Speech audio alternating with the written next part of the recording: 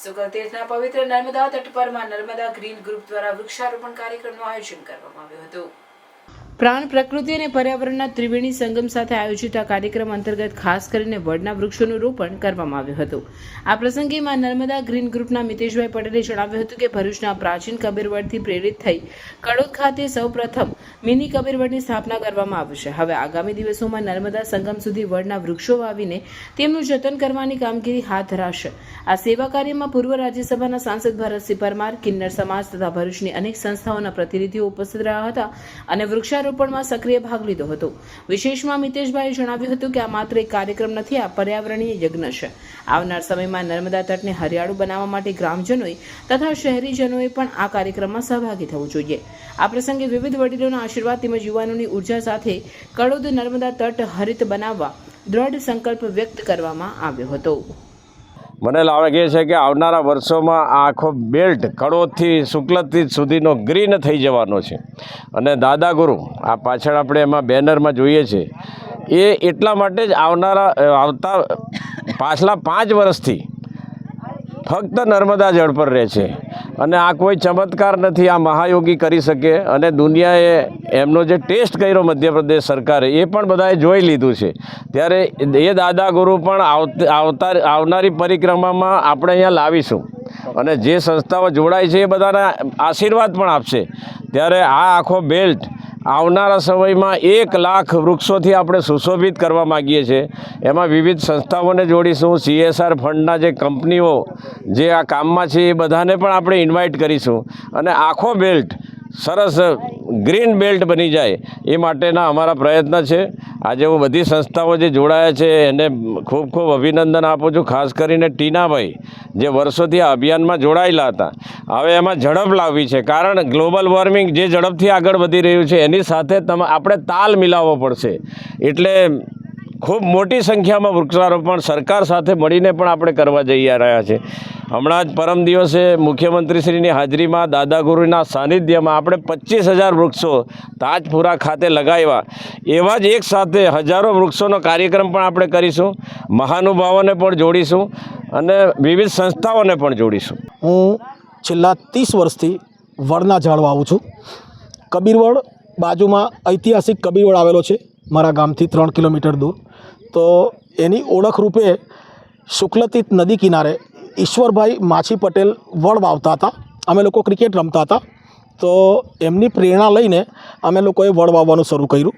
સ્વર્ગસ્થ વિનયસિંહ પરમાર સાથે અમે લોકોએ કેરીપેકર સ્પોર્ટ્સ ક્લબની સ્થાપના કરી અને નાઇટ ટુર્નામેન્ટ ઓર્ગેનાઇઝ કરતા હતા। નાઇટ ટુર્નામેન્ટના ભંડોળમાંથી અમે વડ વાવવાનું શરૂ કર્યું। છેલ્લા 12-14 વર્ષથી નાઇટ ટુર્નામેન્ટ તો અમે નથી રમાડતા, પણ હવે એવું થયું છે કે આપણે દેશ માટે કંઈક કરીએ। બોર્ડર પર તો આપણે ના જઈ શકીએ, પણ આપણે રાષ્ટ્રભક્તિ જુદી રીતે પ્રદર્શિત કરીએ। તો હું અને મારું પરિવાર વર્ષોથી અમે લોકો વડના ઝાડ વાવીએ છીએ। શુક્લતીર્થ નદી કિનારે 1000 જેટલા વડના ઝાડ મેં ઉછાળી દીધા છે। હવે કડોદ નદી કિનારે અતિ પવિત્ર કિનારો છે કે જે 18 વર્ષે મેળો ભરાય છે। તો અમે લોકોએ 2 પ્રોગ્રામ કર્યા। 2 પ્રોગ્રામમાં અમે 60 વડ અહીંયા વાવેલા અને તે 60 વડ અને તમે લાલ પાન જોઈ શકો છો કે જે અમે 40, 45, 44 ડિગ્રીમાં આ વડ ગરમીમાં પણ ઉછાળી દીધા છે। આજે અમે આજરોજ નવો એક પ્રોગ્રામ શરૂ કર્યો છે, તો બીજા અમે 45 વડ આજે વાવવાના શરૂ કર્યા। તો આજે આ અમારા પ્રોગ્રામમાં અમારું ગ્રુપ છે માં નર્મદા ગ્રીન ગ્રુપ, મન મૈત્રી ફાઉન્ડેશન, જનહિતા ચેરિટેબલ ટ્રસ્ટ, સંસ્કૃતિ સમાજ સેવા ટ્રસ્ટ, JCI, શિવશક્તિ, આ ઘણા બધા ગ્રુપો અમારી સાથે જોડાયા છે અને એ લોકોના સાથ અને સહકારથી આજ રોજ અમે ફરી પાછા 45 નવા વડના ઝાડ આજ રોજ વાવેલા છે। એક વાત કહું કે ખાસ તો એવું છે કે મને મારા પરિવારનો બહુ સપોર્ટ છે। વર્ષોથી મારે ઘેર જે મજૂર આવે છે 2 હોય 3 હોય 4 હોય તો એ અમે વર્ષોથી અમે જે જમીએ તે જ અમારા પરિવારને જમાડીએ છીએ। વડને પ્રાધાન્ય હું એટલે આપું છું કે આ મારો રાષ્ટ્રદ્રોહ સંદેશો છે કે વડનું આયુષ્ય 500 થી 1000 વર્ષનું છે। વડ અક્ષય છે, એનો કદાપી નાશ થતો નથી। 87% ઓક્સિજન આપે છે, એ આપણું રાષ્ટ્રીય વૃક્ષ છે। અને મારી ખાસિયત એ છે કે અમે લોકો ટ્રેક્ટરથી પાઇલ્સ કરીએ છીએ। 7 ફૂટના ઊંડા ખાડા કરીએ છીએ અને 22-24 ફૂટની વડની ડાળી લગાવીએ છીએ કે જેથી ગમે એવું ફ્લડ આવે, વાવાઝોડું આવે તો બી અમારો વડ પડે નહીં. બીજું કે વડ 4-5 વર્ષ થયા પછી અમે લોકો તેલના ડબ્બાના ભૂંગળા બનાવી અને એને જમીનમાં એની મૂડી ઉતારીએ છીએ જેથી ગમે એવા વાવાઝોડામાં આ આપણું ઝાડ ટકી રહે છે. તો મારે દેશના લોકોને, મારા ગુજરાતના લોકોને, તમામ ગામના લોકોને મારું નિવેદન છે કે તમને કંઈક જરૂર હોય તો અમને બોલાવો, અમે લોકો આવીશું અને વડ કેવી રીતના વાવવાનો અને વડ કેમ વાવવાનો કે જેથી એનું આયુષ્ય લાંબુ રહે અને આપણને ઓક્સિજન મળતો રહે. શું તમે પણ શુદ્ધ અને પૌષ્ટિક ગીર ગાયનું દૂધ શોધી રહ્યા છો? તો હવે ચિંતા છોડો, હરિઓમ ગીર ગૌશાળા આપના ઘરે લઈને આવે છે તરત પેક થયેલું પ્રિઝર્વેટિવ વગેરેનું 100% શુદ્ધ ગીર ગાયનું દૂધ. તું ભૂલો તો પડ મારા હોઠને માલપા લાગે.